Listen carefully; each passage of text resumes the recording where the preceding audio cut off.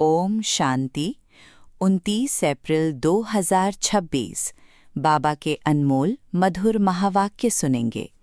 मीठे बच्चे, पतित जगत से नाता तोड़ एक बाप से बुद्धि योग लगाओ तो माया से हार नहीं हो सकती।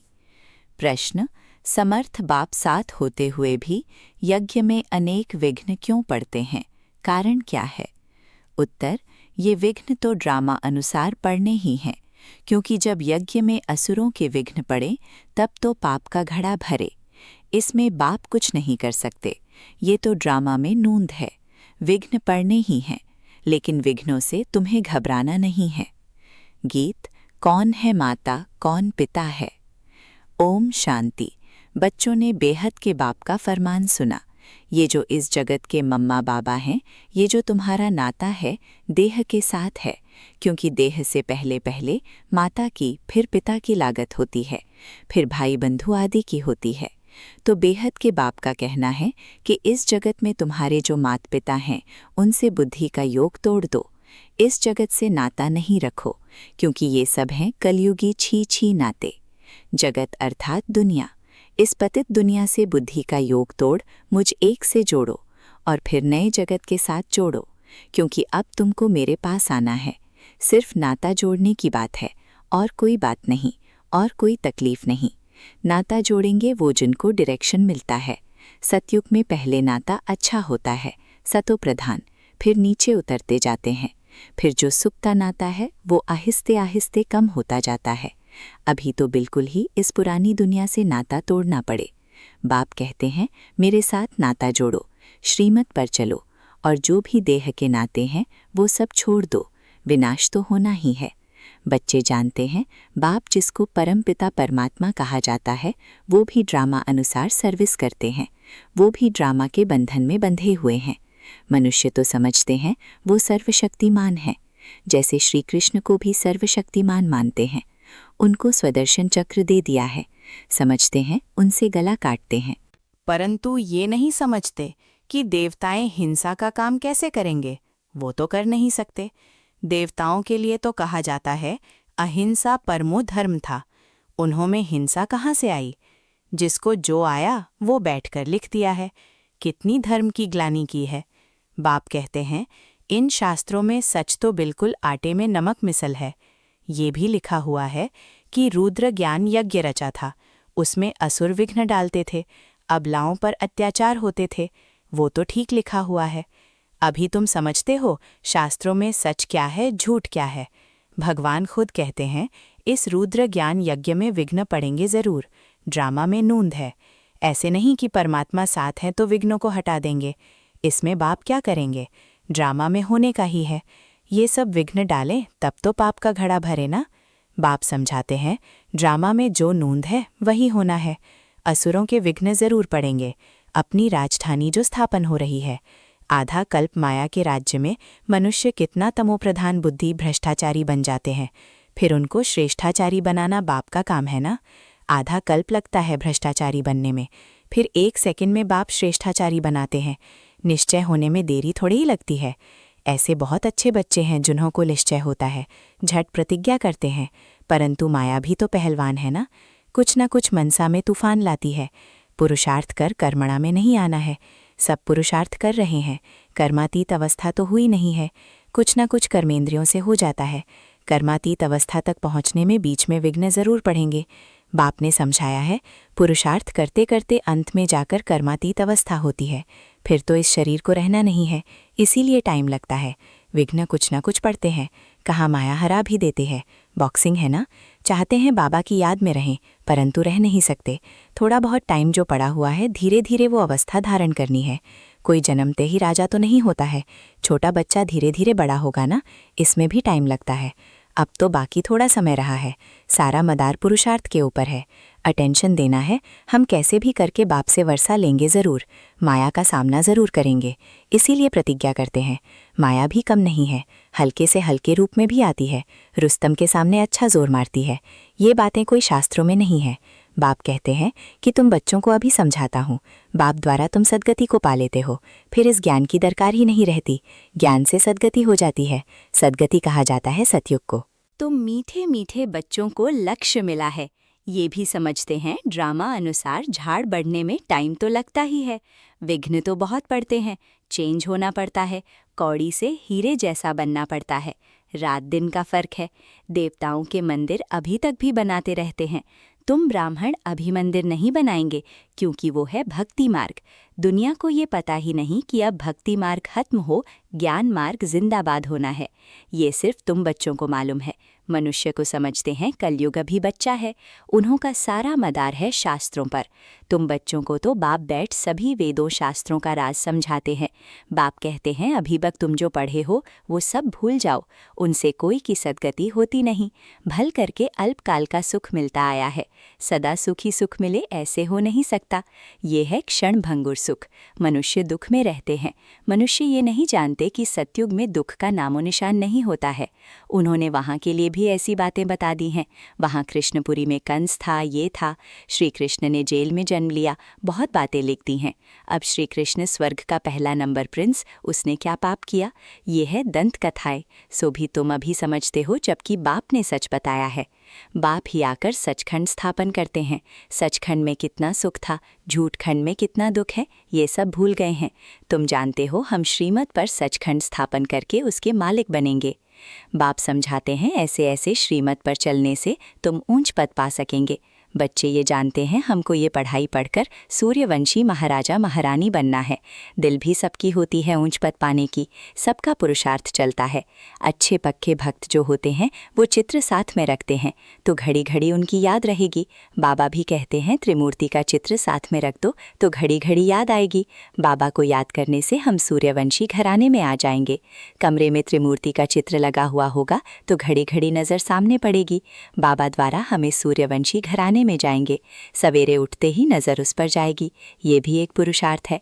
बाबा राय देते हैं अच्छे अच्छे भगत बहुत पुरुषार्थ करते हैं।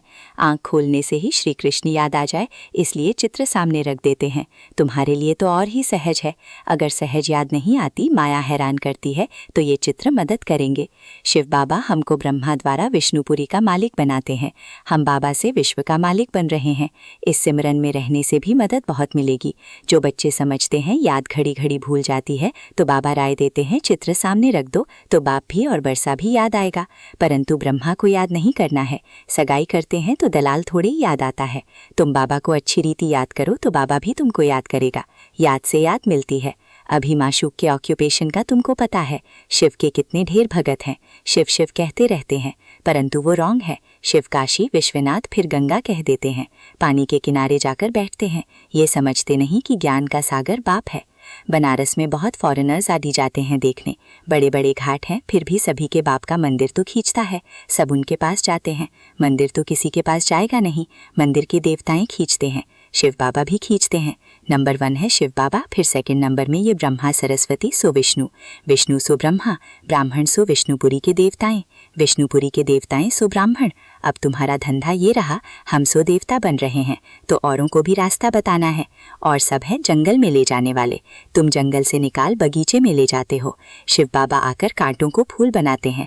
तुम भी ये धंधा करते हो। इन बातों को तुम ही जानते हो। कोई राजा रानी तो है नहीं जिनको तुम समझाओ। गाया हुआ है पांडवों को 3 पैर पृथ्वी के नहीं मिलते थे। बाप समर्थ था तो उनको विश्व की बादशाही दे दी। अभी भी वही पाठ बजेगा ना। बाप है गुप्त, श्री कृष्ण को तो कोई विघ्न पड़ न सके। अब बाप आए हैं, बाप से आकर वर्षा लेना है। इसके लिए मेहनत करनी होती है। दिन प्रतिदिन नई नई पॉइंट्स निकलती रहती हैं। देखने में आता है प्रदर्शनी में समझाने से अच्छा प्रभाव पड़ता है। बुद्धि से काम लिया जाता है कि प्रदर्शनी से अच्छा प्रभाव होता है या प्रोजेक्टर से। प्रदर्शनी में समझाने से चेहरा देखकर समझाया जा सकता है। समझते हो गीता का भगवान बाप है, तो बाप से फिर वर्षा लेने का पुरुषार्थ करना है। 7 रोज देना है, लिख कर दो, नहीं तो बाहर जाने से ही माया भुला देगी। तुम्हारी बुद्धि में आ गया। हमने 84 का चक्र लगाया है। अभी जाना है। तमो प्रधान से सतो प्रधान बनना है। ये चित्र तो साथ में होने ही चाहिए। बड़े अच्छे हैं। बिरला आदि भी ये नहीं जानते कि इन लक्ष्मी नारायण ने ये राज्य भाग्य कब और कैसे लिया। तुम जानते हो तो तुमको बड़ी खुशी होनी चाहिए। लक्ष्मी नारायण का चित्र ले, झट कोई को समझाएंगे उन्होंने ये पद कैसे पाया। ये बातें बुद्धि से समझने और समझाने की हैं। मंजिल है ऊंची। जो जैसा टीचर है वो वैसे ही सर्विस करते हैं। देखते हैं कौन कौन सेंटर संभाल रहे हैं अपनी अवस्था अनुसार। नशा तो सबको है, परंतु विवेक कहता है समझाने वाला जितना होशियार होगा उतना सर्विस अच्छी होगी। सब तो होशियार हो नहीं सकते, सबको एक जैसा टीचर मिल नहीं सकता। जैसे कल्प पहले चला था वैसे ही चल रहा है। बाप कहते हैं अपनी अवस्था को जमाते रहो, कल्प कल्प की बाजी है। देखा जा रहा है कल्प पहले मुआफिक हर एक का पुरुषार्थ चल रहा है। जो कुछ होता है हम कह देते कल्प पहले भी ऐसे हुआ था, फिर खुशी भी रहती है, शांति भी रहती है। बाप कहते हैं कर्म करते हुए बाप को याद करो, बुद्धि का योग वहाँ लटका रहे तो बहुत कल्याण होगा। जो करेगा सो पाएगा, अच्छा करेगा अच्छा पाएगा। माया की मत पर सब बुरा ही करते आए हैं, अब मिलती है श्रीमत। भला करो तो भला हो, हर एक अपने लिए मेहनत करते हैं, जैसा करेंगे वैसा पाएंगे। क्यों ना हम योग लगाते सर्विस करते रहें, योग से आयु बढ़ेगी। याद की यात्रा से निरोगी बनना है तो क्यों ना हम बाबा की याद में रहें। यथार्थ बात है तो क्यों ना हम कोशिश करें। ज्ञान तो बिल्कुल सहज है, छोटे बच्चे भी समझ जाते हैं और समझाते हैं, परंतु वो योगी तो नहीं ठहरे ना। ये तो पक्का कराना है कि बाप को याद करो। जो समझते हैं घड़ी घड़ी भूल जाता है तो चित्र रख दे तो भी अच्छा है। सवेरे चित्र को देखते ही याद आ जाता है शिव बाबा से हम विष्णुपुरी का वर्षा ले रहे हैं। ये त्रिमूर्ति का चित्र ही मुख्य है, जिसका अर्थ तो तुमने अभी समझा है। दुनिया में ऐसे त्रिमूर्ति का चित्र और कोई के पास है नहीं। ये तो बिल्कुल सहज है, हम लिखे वा ना लिखें ये तो सभी जानते हैं। ब्रह्मा द्वारा स्थापना, विष्णु द्वारा पालना। अच्छा, मीठे मीठे सिकीलधे बच्चों प्रति मात पिता बाप दादा का याद प्यार और गुड मॉर्निंग। रूहानी बाप की रूहानी बच्चों को नमस्ते। धारणा के लिए मुख्य सार। 1. माया की बॉक्सिंग में कभी भी हार न हो, इसका ध्यान रखना है। कल पहले की स्मृति से अपनी अवस्था को जमाना है, खुशी और शांति में रहना है। 2. अपना भला करने के लिए श्रीमत पर चलना है। इस पुरानी दुनिया से नाता तोड़ देना है। माया के तूफान से बचने के लिए चित्रों को सामने रख बाप और वर्षे को याद करना है। वरदान: मनन द्वारा बाप की प्रॉपर्टी को अपनी प्रॉपर्टी बनाने वाले दिव्य बुद्धिवान भव। बाप द्वारा जो भी खजाना मिलता है उसे मनन करो तो अंदर समाता जाएगा। प्रॉपर्टी तो सबको एक जैसी मिली हुई है, लेकिन जो मनन करके उसे अपना बनाते हैं उन्हें उसका नशा और खुशी रहती है। इसीलिए कहा जाता है अपनी खोट तो नशा चढ़े। जो मनन की मस्ती में सदा मस्त रहते हैं उन्हें दुनिया की कोई भी चीज़ उलझन आकर्षित नहीं कर सकती। उन्हें दिव्य बुद्धि का वरदान स्वतः मिल जाता है। स्लोगन: मन की उलझन को समाप्त करने के लिए निर्णय शक्ति को बढ़ाओ। ये अव्यक्त इशारे: महान बनने के लिए मधुरता और नम्रता का गुण धारण करो। ऐसे नहीं समझो कि हम तो सदैव झुकते ही रहते हैं, लेकिन हमारा कोई मान नहीं। जो झुकते नहीं वह झूठ बोलते हैं, उन्हीं का मान है। नहीं, ये अल्पकाल का है। लेकिन आप दूरादेशी बुद्धि रखो। यहाँ जितनों के आगे झुकेंगे अर्थात नम्रता के गुण को धारण करेंगे तो सारा कल्प ही सर्वात्माएं आगे आगे नमन करेंगी। सतयुग त्रेता में राजा के रिगार्ड में कान से नहीं लेकिन मन से झुकेंगे और द्वापर कलयुग में कांध झुकाएंगे। ओम शांति। रोज़ बाबा की मुरली से अपने जीवन को रोशन करने के लिए चैनल को लाइक और सब्सक्राइब ज़रूर करें। ओम शांति।